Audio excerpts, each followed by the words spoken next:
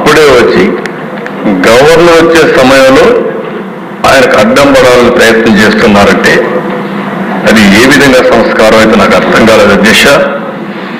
అదే మరి నేను ఒకటే హామీ ఇస్తున్నా, ఫేక్ రాజకీయాలను సహించాం, అబద్ధాలు చెప్పి రాజకీయం చేయాలంటే ఉపేక్షించాం.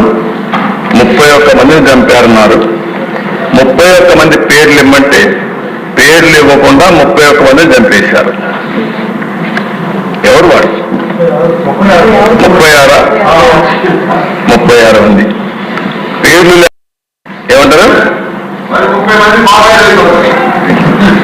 ఆ పరిస్థితి రానింది. అదే లాస్ట్. మీరు గుర్తుపెట్టుకోవాలి, అదే కడపది కావాలి. ఆ రోజు కూడా నేను చూశాను, నిద్రలేశాను సీఎం గారు. సాక్షి స్క్రోలింగ్ వచ్చింది. ఆ స్క్రోలింగ్ లో వివేకానంద రెడ్డి ఆపేట గుండెపోటుతో చనిపోయాడు, అయ్యో పాపం అని నేను కూడా బాధపడ్డా. అంటే ఒక ముఖ్యమంత్రిని కూడా మభ్య పెట్టగలిగారు. ఈరోజు రాష్ట్ర ప్రజానీకం గుర్తుపెట్టుకోవాల్సిన అవసరం ఉంది. అక్కడి నుంచి మార్నింగ్ రాలేదు, ఫ్లైట్స్ ఉన్న ఎలక్షన్ల ముందు హెలికాప్టర్ రాకుండా ఫ్లైట్లో రాకుండా బై రోడ్డు వచ్చారు. ఆ డ్రామాలన్నీ నేను చెప్పదలుచుకోలేదు.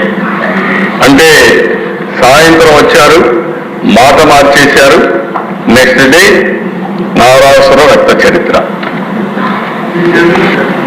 నా చేతిలో కత్తి. అంటే అధ్యక్ష అలాంటివన్నీ చేసి నాటకాలు ఆడే పరిస్థితికి వచ్చారు. ఏదేమైనా ఇలాంటి సమస్యలన్నిటికీ ఒకటే మార్గం, ప్రజా